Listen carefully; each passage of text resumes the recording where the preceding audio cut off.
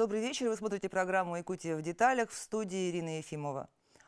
Сегодня у нас серьезная тема разговора. Рак – это не только одно из самых распространенных, но и одно из самых коварных и загадочных заболеваний. До сих пор врачи всего мира не могут точно понять причину этого заболевания. В Якутии специализированную помощь больным онкологией начали оказывать 74 года назад, с 10 января 1950 года. Тогда диспансер размещался в старом здании бывших яслей, и на лечение и обследование было выделено 25 коек. И сегодня, буквально на днях, в республике появилось отдельное специализированное новое медицинское учреждение, современный онкологический центр, в открытии которого принял участие по видеоконференц-связи президент нашей страны Владимир Владимирович Путин. Онкоцентр с поликлиникой на 210 помещений, в смену со стационаром на 180 круглосуточных коек площадью 25 тысяч квадратных метров. Онкоцентр состоит из 4 блоков, в которых размещены стационарные отделения хирургического профиля, химиотерапевтическое и диагностическое отделение, отделение лучевой диагностики. Общее количество операционных залов составляет 8, а 2 зала из них будут использоваться для выполнения миниинвазивных вмешательств. В распоряжении врачей онкоцентра 1880 единиц медицинского оборудования, в том числе магнитно-резонансные, компьютерные томографы, рентген-комплекс, ангиографическая установка. Словом, это один из самых оснащенных, самых современных центров на Дальнем Востоке. О работе онкоцентра и о помощи онкобольным, об онкологических заболеваниях республики, о профилактике сегодня и пойдет речь в нашей студии. Добрый вечер. Давайте поговорим сначала про вообще онконастороженность, да, есть такой термин, я вот услышала, не знаю, правильно или нет, употребляю. То есть вот когда человек в любом симптоме ухудшения здоровья сразу начинает подозревать признаки рака, это ему поможет вовремя заметить болезнь, что случится, или нет? Ну, в принципе, онконастороженность, она должна быть у любого человека, но на сегодняшний день у нас с 2020 года в Якутии внедрена система онкоскрининг САХА, где каждый любой пациент, человек, может пройти обследование по тестированию. И если тестирование выдаст какие-то отклонения от нормы, то пациент будет приглашен уже в онкологический диспансер, и он будет обследоваться в полном объеме. У нас существует 6 локализаций, по которым проводится онкоскрининг. Это рак легких, рак предстательной железы, рак молочной железы, рак шейки матки, рак молочной железы и рак печени. Вот. Но еще раз хочу сказать, что не надо зацикливаться на симптомах. Но если у вас появились какие-то ранее у вас не выявленное образование или начала изменяться пигментный невус, то нужно, конечно, сразу идти к врачу и не заниматься там самолечением, самообследованием. Ну, особенно, наверное, если у близких родственников были заболевания, да, это повышает? Да, это является фактором риска, но тем не менее хочу сказать, что пациент не должен производить самообследование, самолечение. То есть в случае каких-то там у него появления каких-то симптомов, ранее не присутствующих у него, нужно идти к врачу. Ну вот, кстати, про онкоскрининг есть такая информация, что только в 2023 году это позволило снизить смертность от онкологии в республике почти на 5%, на 4,8%, благодаря этой программе. Действительно, выявляется на ранней стадии онкологические заболевания, тем самым нам позволяют произвести этим пациентам более раннее лечение, тем самым мы повышаем их выживаемость, долголетие. Ну вот мы сказали про генетику, а вот есть ли какие-то прям доказанные факторы, которые точно провоцируют возникновение рака? Ну, я на этот вопрос могу ответить в части рака молочной железы. Существует 2 такие большие группы факторов риска, а к одной большой группе относятся такие факторы, которые называются неконтролируемые человеком. Например, в части рака молочной железы это пол и возраст. Известно, что женщины чаще заболевают раком молочной железы. Возраст влияет также отрицательно, потому что чем старше возраст, тем выше заболеваемость раком любой локализации, и в частности раком молочной железы. Кроме того, такими неконтролируемыми факторами риска является индивидуальный гормональный фон ну, женщины, скажем так, раннее начало менструации, позднее наступление менопаузы, отсутствие родов, отсутствие лактации по независящим от женщины причинам, наличие таких эндокринных заболеваний, как сахарный диабет, аутоиммунные заболевания щитовидной железы и другие аутоиммунные заболевания. И вторая группа, ну не такая большая, это контролируемые факторы риска, те, которые женщина сама может изменить. Это, например, курение, потому что известно, например, начало курения в 16-20 лет является негативным фактором риска всех злокачественных опухолей, в частности молочной железы. Употребление или злоупотребление алкоголем, избыточная масса тела, метаболический синдром, избыточная масса тела, ожирение вне эндокринных заболеваний и недостаточная физическая нагрузка. Это такие две основные группы, которые могут вызвать опухоли, в частности рак и молочной железы, и других органов. Мгм. То есть означает ли это, что вот если я курю, то мне нужно обязательно делать КТ легких там раз в год? Или человеку с избыточной массой тела, ну, с ожирением, как мы по-простому говорим, да, там проходить скрининг желудка? В зависимости от того, какие имеются клинические проявления. Чем больше стаж курильщика, если есть какие-то хронические заболевания, хронический бронхит, бронхоэктактическая болезнь, частые пневмонии и появление на этом фоне каких-то нежелательных явлений, кровохарканий, одышки, снижения массы тела, оно позволяет сначала провести, то есть обратиться в онкодиспансер, потому что там есть действительно, как сказала Татьяна Николаевна, специальный опросник, по которому выявляются наиболее значимые факторы риска, и пациент приглашается на детальное обследование, которое включает и рентгенографическое исследование легких, и компьютерную томографию. Мгм. Ну, то есть по желанию можно пойти на скрининг, если чувствуете потребность, но, в принципе, это не обязательно, вот если человек нормально себя чувствует, не обязательно постоянно там проходить эти... К сожалению, злокачественное новообразование является одной из частых причин смерти всего населения не только Якутии, но всего земного шара. И поэтому у каждого из нас, у любого человека есть те или иные факторы риска, которые могут привести к заболеванию или раком желудка, или раком легкого, раком шейки матки, раком молочной железы, раком кожи. Поэтому здесь все индивидуально. Каждый человек имеет какую-то свою, скажем, семейную историю, свой личный опыт по заболеванию в семье какими-то злокачественными новообразованиями. И в зависимости от этого он идет на скрининг и принимает в этом участие для того, чтобы обнаружить как можно более раннюю форму заболевания, потому что скрининг – это обследование популяции людей абсолютно здоровых, которые не имеют никаких жалоб, для того, чтобы выявить опухоль в самой ранней стадии и провести, как сказала Татьяна Николаевна, органосохраняющее лечение, которое позволяет сократить время, ресурсы и пациента, и клиники, и также улучшить качество его жизни. А вот еще такой вопрос. Согласно вот одному исследованию, на 27 диагностических находок будет только один рак. Это вот что значит, что 26 остальные вам скажут: поздравляем, у вас доброкачественная опухоль? И вот что это значит? Это означает то, что в одном случае, к сожалению, выявилось злокачественное образование, но в других 26 случаях, значит, выявилось доброкачественное какое-то образование, которое нужно правильно и своевременно лечить, чтобы либо предотвратить развитие злокачественной, перерождение в злокачественную опухоль, либо вылечить этого пациента. Чем раньше начато лечение и предотвратили заболевание онкологическое, то хорошо, значит, человек будет жить.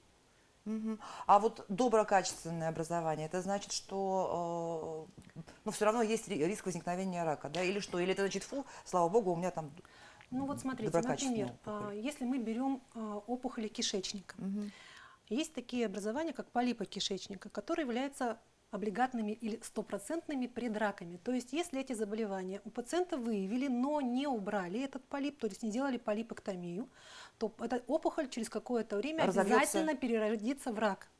То есть мы превентивно, делая полипэктомию, этих пациентов удаляем, предотвращаем развитие рака. Например, то же самое если в молочной железе выявили атипические формы какие-то узловых форм мастопатии, то если, например, оставить эту узловую мастопатию с атипией, да, то это облигатный тоже предрак какое-то время на фоне каких-то гормональных нарушений, это будет перерождение в злокачественную опухоль. Если же мы этот очаг уберем, то тем самым мы этого пациента предотвратим от опухоли. Мгм. Ну и вот мамолог у нас тоже в студии, да, вопрос, насколько серьезен диагноз мастопатия, какие первые симптомы, что с этим делать? Ну, как раз мастопатия это является фоновым заболеванием для злокачественных опухолей молочной железы. Мастопатия это доброкачественное дисгормональное заболевание молочных желез, которое связано с дисбалансом женских половых гормонов. Это эстрогены, прогестерон и в какой-то мере пролактин. Как сказала Татьяна Николаевна, существует несколько видов мастопатии. Оно является фоновым заболеванием. Есть непролиферативные формы, когда клетки не так сильно размножаются и не склонны к малигнизации. Есть пролиферативные формы мастопатии, когда уже вероятность перерождения достаточно высока. И есть атипические формы мастопатии, которые действительно могут в самое ближайшее время, и самое главное, непонятно когда, опухоль может стать злокачественной, потому что до появления инвазивного рака сейчас мы научились выявлять неинвазивные опухоли молочной железы, это карцинома инситу, когда опухоль не дает никаких метастазов отдаленных, но продолжает расти конкретно в тканях молочной железы, в протоках или в дольках. Это заболевание стопроцентно излечимо, но важно его своевременно диагностировать. И поэтому мастопатия, которая поражает женщин репродуктивного возраста, начиная от 35-40 лет, до 70 почти лет, когда полностью уже инволютирует или угасает железистая ткань в молочных желез. Спасибо, Лёв. Ну, добавите, может быть, что-то? Ну, Любовь Никифоровна уже все сказала. Ну, что касается по профилактике или там доброкачественных заболеваний, как уже было сказано специалистами, да, необходимо, конечно, каждому человеку, каждой женщине обращать внимание на свое здоровье, даже если выявлено доброкачественное изменение и поставлено мастопатия, это не значит, что она не должна находиться под наблюдением. Для этого существуют программы и диспансеризации, и обязательные профилактические осмотры, которые необходимо проходить в определенные промежутки времени. И такие программы, профилактические мероприятия, они как раз направлены на раннее выявление опухоли, предопухолевых заболеваний, то есть полное излечение. Да? И хочу, например, подтвердить, за прошлый год из всех пациентов, которые были выявлены активно, то есть у которых диагноз злокачественной опухоли был подтвержден после активного профилактического осмотра, 76% это первая, вторая стадия. Из них 78 человек были выявлены в стадии рака инситу. В прошлом году было около 30, это вот за 1 год в 2 раза мы увеличили эти показатели. А что такое инситу? Это вот только-только на клеточном уровне начинается развиваться раковая То клетка. есть самая ранняя стадия? Самая ранняя стадия. Это когда стопроцентное, то есть лечение этого пациента приведет к стопроцентному выздоровлению. Ну, то есть цель на самом деле, чтобы все это обнаруживалось на Своевременно, самой в ранней самой ранней стадии, стадии, и чтобы было стопроцентное выздоровление. Да. Прервемся на небольшую рекламную паузу. Оставайтесь с нами, не переключайтесь.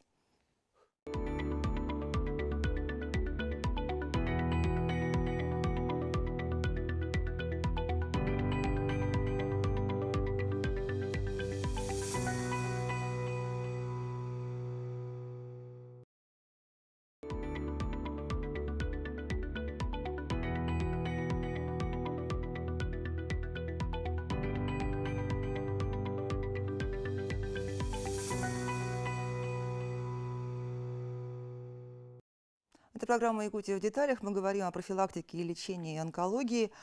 И у меня в студии сегодня не только врачи, но и человек, который выпустил книгу историй выживших, да, так она называлась. Вот чтобы найти в себе поддержку после операции, вы отправились в Китай. Насколько вот для вас эта поездка вообще была значима? Так, ну дело в том, что очень много делается по профилактике. Вы здесь послушали, да? И на лечение, и на операции, и на лечение тратится очень много сил и средств. На это, значит, наши онкологи, наше здравоохранение делает все возможное. Но, к сожалению, по части реабилитации наша страна, конечно, в этом мы очень отстаем. В 2010 году я сама столкнулась с раком и прошла вот свой путь от начала до конца сама лично. И на своем опыте я все это познала. И каждый проходит свой путь. Ну, я бы уже, если у нас была бы реабилитация, конечно, все было бы, выглядело бы по-другому, но я уже поняла, что я умираю. И в 2011 году я уже просто уже начала умирать и начала искать, где бы мне пройти реабилитацию. Это уже после операции? После операции. И я нашла везде, только не в России. Только не в России. Но самое близкое, конечно, был Харбин, Китай. 2 часа лету, и ты в Харбине. И мы решили поехать в Харбин, и там я нашла профессора, который Хэйлунцзянский государственный университет традиционной китайской медицины. И там вот этот профессор меня спас. Буквально спас. Он сказал, что почему с вами не работают российские врачи, почему вас не спасают. Я там действительно умирала. И он меня буквально за 1,5 года поднял. Он наладил мне пищеварение. Просто очень просто было. И после этого, значит, я уже ожила и начала жить.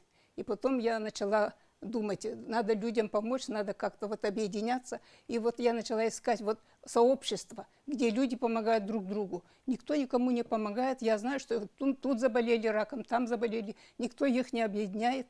И я тогда решила, что вот написала книгу «Настанет день». И на презентации книги Лена Николаевна Афанасьева, теперь она министр здравоохранения, тогда была главным врачом онкодиспансера, она предложила, давайте, говорит, создавать что-то такое, которое бы объединяло людей, выживших от рака. И вот мы тогда объединились. И это, ну какая цель? Цель у нас простая – улучшение качества жизни онкопациентов, которые прошли лечение, операции и лечение. И вот после этого же на самом деле начинаются все трудности, потому что грамотно врачи все сделали. Они спасли, а дальше как жить? Вот как жить без желудка, как жить без молочной железы, как жить без почек, да?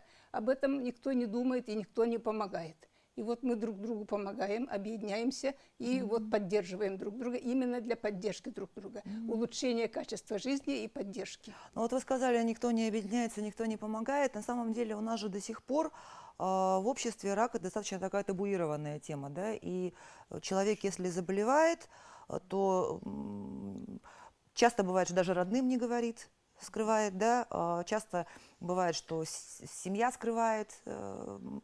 Вот насколько это вообще правильно?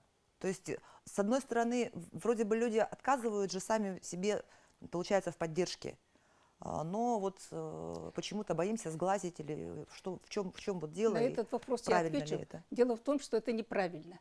Я сама тоже скрывала. 9 месяцев мы скрывали, поменяли все номера телефонов и никому не говорили. Просто я исчезла и все. И потом я поняла, что а почему я скрываюсь? А что я преступление совершила или что? Ну, я, правда, похудела до 38 килограмм, и меня, конечно, люди не узнавали после 74. И я уже стала подходить к людям и говорить, это я такая стала. И знаете, мне намного легче стало. И я поняла, что, оказывается, надо выговориться. Надо людям говорить, что вот ты заболел, и что в этом ничего страшного нет, это подстерегает каждого. Каждый может заболеть, как Жванецкий сказал, каждый доживает до своего рака.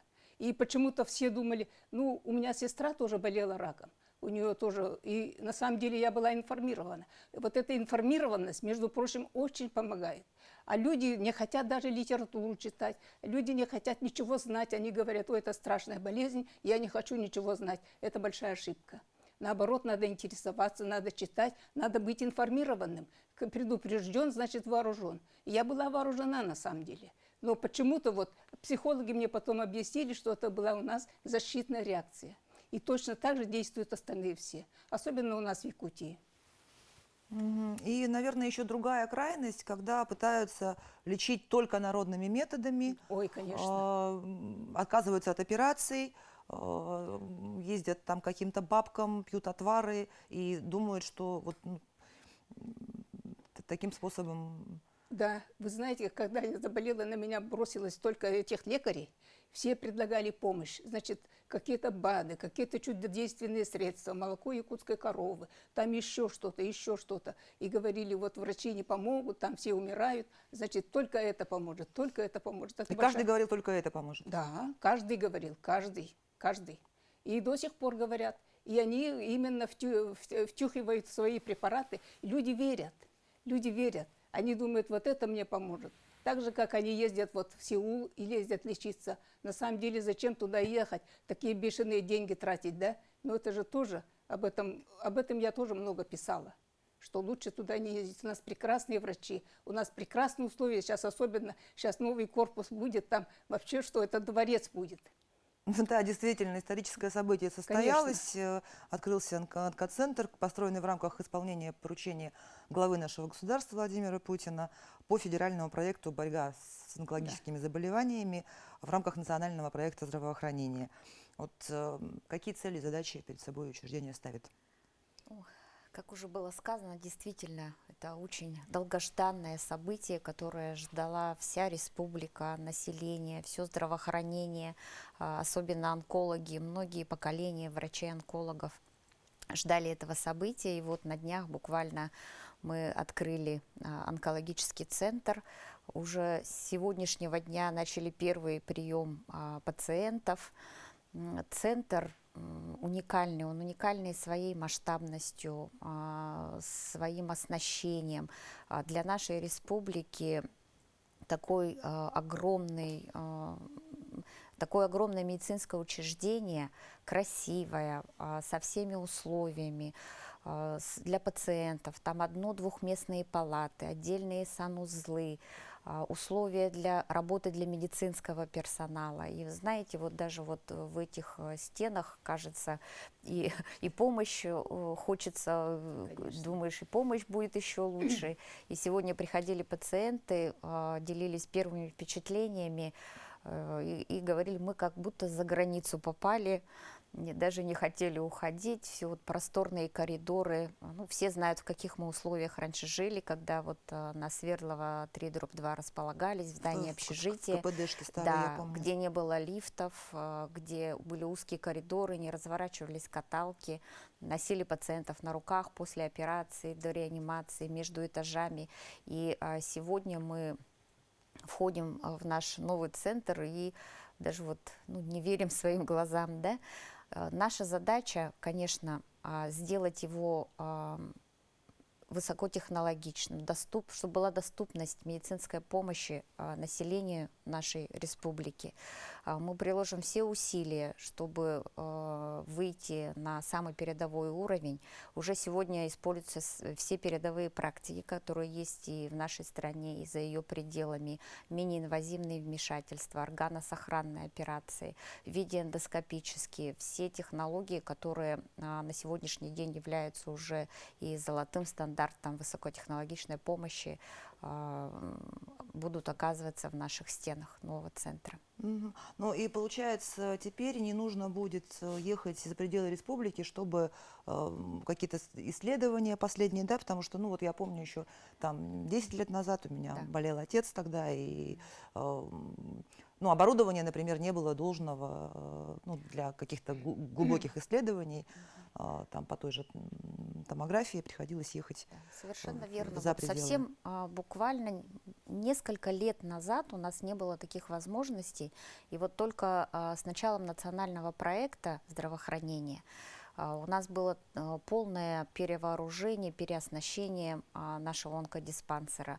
Мы получили столько высококлассного оборудования, научились на нем работать, внедрили методики. У нас не было своего МРТ, мы были вынуждены направлять пациентов в другие медицинские организации. У нас не было своей патологоанатомической службы, отделения рентген-хирургических методов исследования и многое еще другое. И сегодня в арсенале у нас, у онкологов, есть все методы для того, чтобы вовремя и точно поставить диагноз и оказать самую высококвалифицированную медицинскую помощь и хирургическую, и что касается лучевой терапии, радиотерапии. И, конечно же, это обеспечение лекарственными препаратами, химиопрепаратами, инновационными, таргетной терапией, которые основаны именно на генной инженерии, да, они доступны нашим жителям. А вот, кстати, по поводу вот этих препаратов, они же ведь многие за границей производятся, вот это не отразилось ли это вот санкции вот эти? Нет, санкции не отразились. Наше правительство было готово, приняло все меры. И сейчас есть аналоги, очень качественные аналоги, и где-то 60-70% уже производится на российском рынке. Причем с таким же качественным механизмом действия. А в новостях также говорили, что там будет работать в новом учреждении свыше 1000 специалистов. Вот понятно, что оборудование там это все здорово, а где одномоментно взяли столько специалистов? Одномоментно они, конечно, их ниоткуда не возьмешь. Это была планомерная работа, многолетняя, с целью подготовки вот к новому зданию. Работа проводилась Министерством здравоохранения при поддержке, конечно же, нашего правительства, Арсению Сергеевичу. Наши специалисты выезжали на стажировки в ведущие клиники не только страны, но и ведущие клиники онкологии мирового значения. Мы подготовили специалистов по всем видам оказания медицинской помощи. На сегодняшний день то оборудование, которое стоит в новом онкоцентре, на нем все умеют, есть специалисты, мы умеем работать и безболезненно будем оказывать медицинскую помощь. То есть нет уже нужды ехать для какой-то операции определенной в Москву или в Петербург? Или вот так вот массово нет. То, что раньше достаточно много пациентов выезжало за пределы республики. Сейчас есть локализации, которые очень, бывают такие редкие, сложные, которые мы решением врачебной комиссии вынуждены направлять в федеральные институты, у которых такой достаточно большой поток и опыт оказания медицинской помощи при сложных редких случаях только. Прервемся на небольшую рекламную паузу. Оставайтесь с нами, не переключайтесь.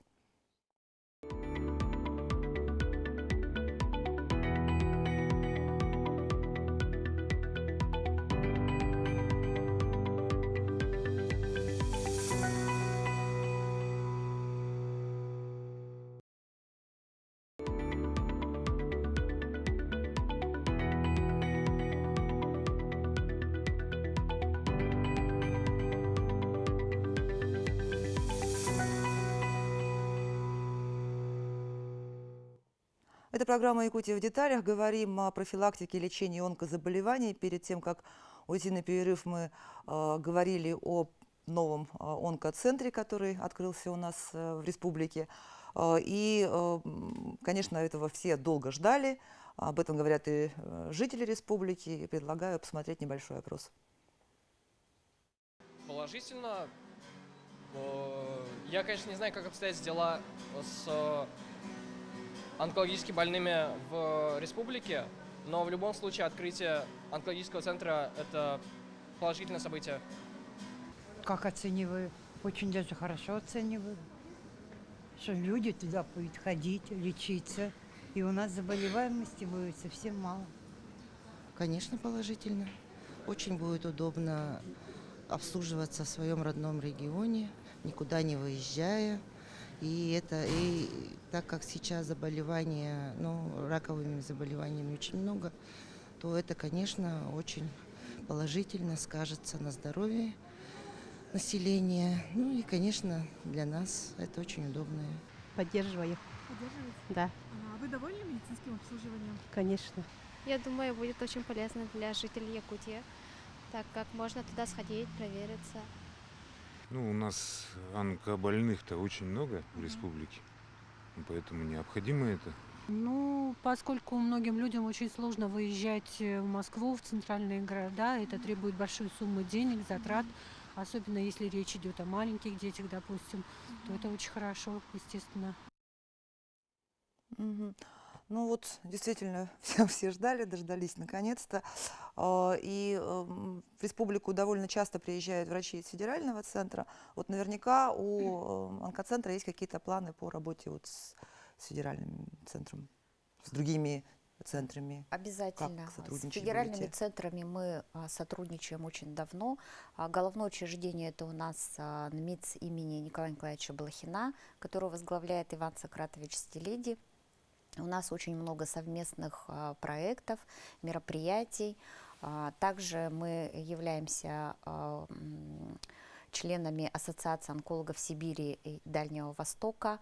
При этом постоянно у нас проводятся телемедицинские консультации. Сейчас вот век технологий, скажем, да, и у нас в республике стоит единственный сканер. Если раньше, чтобы проконсультировать препараты, например, анализ берется опухоли, да, делаются препараты, и чтобы проконсультировать в федеральной клинике, необходимо было с курьером отправлять в федеральную клинику. Сейчас это все делается дистанционно, никуда выезжать не надо, называется вот гистосканер. И это очень удобно. За прошлый год мы провели больше 2500 таких консультаций. Ну, вот я знаю, что в 2019 году еще, ну, до известных событий, республиканские врачи перенимали международный опыт на Аляске. Вот как там ведется реабилитация? Это вот как раз наша группа ездила от «Антирак», поддержка выживших. Там именно они съездили для того, чтобы познакомиться, как они работают с выжившими. Опыт, аляскинский опыт работы с выжившими. Это потому, что это везде делается, и на это выделяются какие-то средства, но там очень много привлекаются волонтеры. Волонтеры, и они прямо вот в режиме нон-стоп беседуют с выжившими, помогают выжившим и советами, то, что вот мы делаем здесь. И наши врачи, наши представители вот съездили, посмотрели, ознакомились, потрогали, как говорится, руками, своими глазами посмотрели, и вот это мы как раз переняли и притворяем здесь. Основное внимание уделяется психологической подготовке, психологическим беседам, потому что это все идет от головы, человек выживет или не выживет, да? Если вот вы всех их спасли, а потом же они могут сказать, вот все, я умираю. И они могут и действительно от этого умереть. Все зависит от внутреннего настроя человека. И у нас психолог это очень хорошо с нами работает. И, конечно, часть психологической работы – это арт-терапия. Они обожают рисовать. Люди, которые никогда в руках кисть не держали, они рисуют. Они также любят глинотерапию, керамику. Тоже они считают, что с этой глиной у них уходит болезнь вся. И ЛФК. ЛФК – это, конечно, часть физическая подготовка. Там же человек очень страдает, и гиподинамия, потом они засиживаются дома. А тут физическая подготовка, она очень нужна. Ну, вот эти моменты, они, конечно. И, естественно, узкие специалисты. Потому что, когда делается химиотерапия, все эти дела, да, разрушается организм человека, и это очень тяжело. Потом это на сосудах сказывается, на всех органах сказывается. И у большинства остеопороз жуткий, и у большинства сосуды пострадали. И мы приглашаем узких специалистов для беседы, и они как раз именно, обращаясь к нашей публике, по нашей теме проводят с нами беседы и помогают нам. Нам, конечно, в этом деле большое подспорье оказывает наш онкодиспансер. Это вот наши первые помощники. Они нам выделяют специалистов, они вот что нам надо. И специалисты онкоцентра у нас даже в чат-группе сидят, и в режиме 24/7 отвечают на все вопросы наших выживших. А вопросов много всегда. И в нерабочее время, и в выходные? Да. Нет, у них выходных нету. Вы упомянули волонтеров, которые вот тоже участвуют в этом движении. Да. А что делают волонтеры и как стать волонтером, если вдруг кто-то волонтер, захочет? например, у нас психолог Надежда Васильева, она 3 года вообще волонтерила. Вообще вот приходила, ей помогала, беседы проводила. Врачи онкоцентра тоже, они все волонтеры. Они что, у нас деньги будут, что ли, просить? У нас их нету. И вот они просто вот так приходят и помогают. И также другие специалисты. Это А если волонтеры. человек не специалист, он может чем-то помочь? Мы помогаем друг другу. Именно нам может помочь только тот, который пережил. А тот, который не пережил, он никогда нас не поймет и ничем не поможет. И поэтому вот мы объединились, потому что мы лучше всех понимаем друг друга. лучше всех можем помочь друг другу. Поэтому вот мы объединились. И объединяются так именно выжившие, так и называется, и их близкие. Ну вот, что касается близких, зачастую ведь психологическая помощь, она нужна не только самому больному, Это да, очень нужно. сколько близким, сколько семье. Но просто я сама пережила тоже такое. Да. У меня отец умер от рака. И, ну, действительно, было очень сложно, и Тяжело. помогала разговаривать вот с людьми, у которых была такая же проблема, вот, ну, и как-то... Дело в том, что близкие переживают даже больше, потому что ты вот как-то ты сам зациклен на своей болезни, а близкие, глядя на тебя, они еще больше страдают, они еще больше переживают. И в нашу группу ходят близкие, у которых, значит, муж болен, у которых внучка болеет, и мы никого как бы мы всех приветствуем, потому что мы понимаем, что им очень нужна помощь. Даже они должны быть сильнее этого больного для того, чтобы оказывать свою помощь. Ну и вот наверняка все-таки у вас, у врачей, есть какие-то ну, позитивные истории из жизни, какие-то примеры, может быть, поделитесь, чтобы так вот... Ну, если, например, касается онконастороженности, ну, вот у нас были такие случаи, когда вот все про тот же онкоскрининг, когда приходили заодно с подружкой, пойду проведу тест. И вот выходили, проходили тестирование, выявляли тот же рак молочной железы на нулевой стадии. То есть нулевая стадия – это рак инситу. Они, значит, будут жить, они все прекрасно. Им сделали органосохранную операцию. На базе нашего онкодиспансера мы делаем органосохранные, реконструктивно-пластические операции, в том числе с использованием имплантатов. То есть полностью женщина остается женщиной, живет дальше стопроцентно, живая, здоровая, с сохраненной молочной железой, то есть нет у них вот этих безобразных шрамов. Все прекрасно. Ну, действительно, Татьяна Николаевна права, что мы все онкологи рады за то, что чем раньше поставлен диагноз, тем лучше результаты лечения и продолжительность жизни, и качество жизни.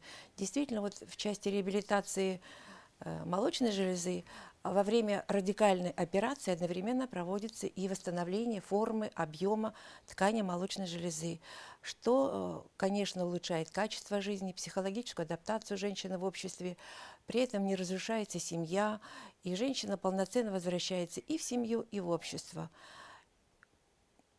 И вопросы реабилитации, ну вот в части молочной железы у нас поставлены на высокий уровень, и она, как я сказала, начинается прямо в момент радикальной операции по поводу злокачественной опухоли, что является большим достижением, потому что когда я начинала работать много лет назад, тогда не было никакой альтернативной операции, кроме радикальной мастектомии, когда удалялась вся ткань молочной железы, регионарные лимфатические узлы и даже мышцы. Поэтому эта операция была действительно калечащей. Теперь такие операции делаются в крайне редких случаях, когда опухоль прорастает мышцы, но современная современная онкология, химиотерапия может до операции уменьшить такие распространенные опухоли, свести их к таким формам, которые можно прооперировать и не принести такой анатомический и косметический ущерб женщине. Спасибо вам за беседу. Ну вот как бы я для себя поняла, что все, вот весь 20 век ждали, когда изобретут лекарство от рака, но я так понимаю, что скорее мы не лекарство от рака изобретем, да, а скорее начнем выявлять все на нулевой стадии, и таким образом эту болезнь победим. Спасибо вам большое.